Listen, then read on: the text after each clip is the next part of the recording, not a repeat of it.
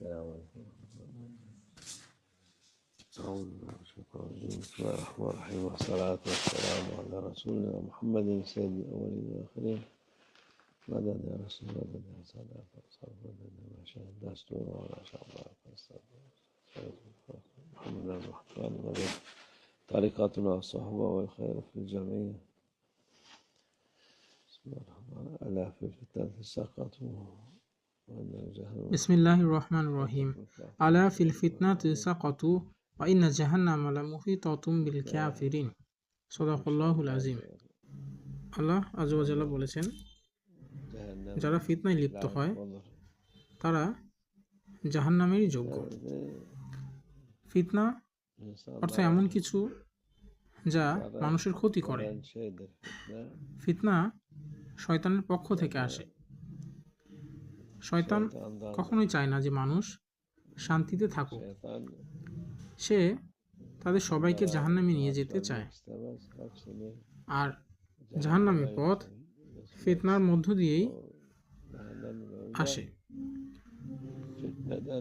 ফিতনা এমন কিছু যা আমাদের সকলকে ক্ষতি করে। আল্লাহ আযজা ওয়া জাল্লা ফিতনাকে অভিশপ্ত করেছেন। আমাদের নবী সাল্লাল্লাহু আলাইহি সাল্লাম বলেছেন, যারা ফিতনা উস্কে দেয় তাদের উপর আল্লাহর অভিশাপ রয়েছে। অতএব অবশ্যই আমাদের সতর্ক থাকতে হবে। কিছু লোক মনে করে তারা ভালো কাজ করছে, কিন্তু তারা মূলত ফিতনা এটি সমাজে বাড়িয়ে দিচ্ছে। ফিতনার কারণে তারা মানুষের ক্ষতি করছে এবং সর্ব অঞ্চলে তারা নিজেদের ক্ষতি করছে। ফিতনা এই চিরকাল ধরে সমস্যা একটি উৎস হিসেবে ইনসানের জন্য এসেছে। আমাদের নবী সাল্লাল্লাহু আলাইহি সাল্লামের সময় থেকে, এমনকি আদম আলাইহিস সালাম এর সময় থেকেও। কিন্তু বর্তমান সময়ে আমাদের নবী সাল্লাল্লাহু আলাইহি সাল্লাম এর সময়ে বড় ধরনের ফিতনা দেখা দিয়েছিল। এই ফিতনাগুলো যারা সৃষ্টি করেছিল এটি তাদেরই ক্ষতি করেছে। আর যারা এই ফিতনার শিকার হয়েছিল এটি তাদের দুনিয়ার ক্ষতি হলো, তারা পরকালে এর বড় পুরস্কার পাবেন। সুতরাং ফিতনার ফাঁদে পড়া যাবে না। আমাদের অবশ্যই সতর্ক থাকতে হবে।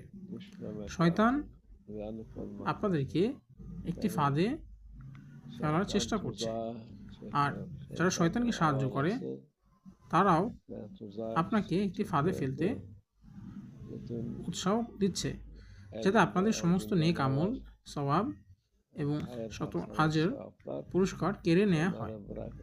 এবং তার উপর শয়তানের সেই সাহায্যকারীরা আপনাদের উপর বিপুল পরিমাণ পাপের বোঝা চাপিয়ে দেওয়ার চেষ্টা করছে, যেন আপনারা জাহান্নামে যাওয়া নিশ্চিত হয়ে যায়। আল্লাহ আমাদের সকলের প্রতি সহায় হন।